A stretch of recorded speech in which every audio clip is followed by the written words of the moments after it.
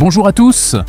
Dans cette vidéo, on résume sans jugement le discours particulièrement virulent et passionné de Jean-Luc Mélenchon, visiblement très en colère, place de la République à Paris, le 9 juin 2025. Il réagit à la prise de la flottille humanitaire en route pour Gaza.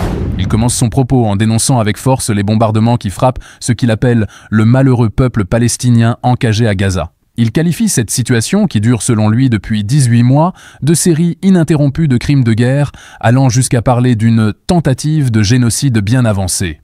Il critique ensuite l'inaction des puissants de ce monde qui se contentent de faire des phrases et de donner des leçons de morale sans agir concrètement face à ce qu'il nomme un massacre. Il vise particulièrement la France, qu'il juge abaissée par son incapacité à s'exprimer fortement. Selon lui, la seule chose que la France pourrait faire immédiatement pour mettre en échec Benjamin Netanyahou serait de reconnaître l'État de Palestine. Mélenchon enchaîne en saluant le courage immense des militants de la flottille qui se sont embarqués sans autre arme que leurs convictions. Il s'indigne que certains commentateurs, qui l'accusent de relayer les éléments de langage de l'ambassade d'Israël, osent parler de croisière pour minimiser leur acte. Pour appuyer son propos sur le danger de l'opération, il rappelle que la dernière flottille de ce type s'était soldée par la mort de 10 personnes, qui étaient, tout comme celle-ci, désarmées. À ce moment-là, il tient à nommer les 12 personnes à bord du bateau, car il estime qu'elles nous représentent tous.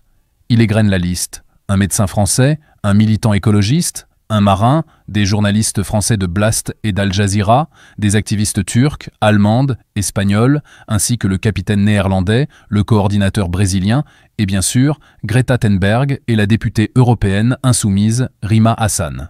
Il insiste sur le statut de Rima Hassan, qui représente le peuple français qui l'a élu, et lance alors un défi direct à Benjamin Netanyahou, affirmant qu'il ne réussira pas à lui faire peur, ni à eux. Pour Mélenchon, si le Premier ministre israélien se croit tout permis, c'est simplement parce qu'on l'y autorise. Il qualifie l'attaque du navire dans les eaux internationales d'acte de piraterie.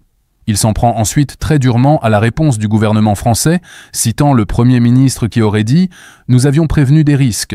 Mélenchon s'insurge contre cette déclaration.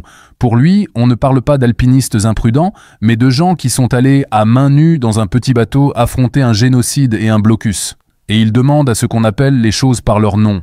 Il reproche au gouvernement de ne pas avoir exigé la libération des ressortissants français. Il souligne que Rima Hassan, en tant que parlementaire européenne, bénéficie d'une immunité.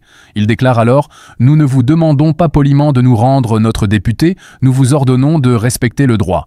Il se moque de l'idée que ce ne serait pas une arrestation, demandant ce que c'est d'autre que de saisir un bateau et d'emmener ses occupants en prison. Jean-Luc Mélenchon formule alors 3 demandes immédiates. Il faut lever le siège de Gaza, il faut cesser le blocus, et la France doit reconnaître dès maintenant l'État de Palestine en réplique à l'arrestation des militants.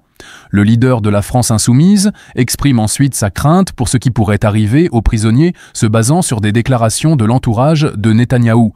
Il termine cette partie en adressant un salut reconnaissant aux Israéliens qui ont manifesté leur soutien devant l'ambassade de France à Tel Aviv. La vidéo se termine sur une note très forte. Mélenchon rend un hommage vibrant au courage des activistes, citant Rima et Greta, affirmant qu'en 24 heures, elles ont fait davantage que des dizaines de gouvernements. Il appelle enfin à un immense rassemblement le samedi suivant. Son discours se conclut sous les acclamations et les slogans comme « Gloire à la lutte » et « Vive la lutte du peuple palestinien ». Voilà pour ce compte rendu. Si cette vidéo vous a plu, n'oubliez pas de vous abonner et d'activer la cloche pour ne manquer aucune de nos prochaines publications. À très bientôt.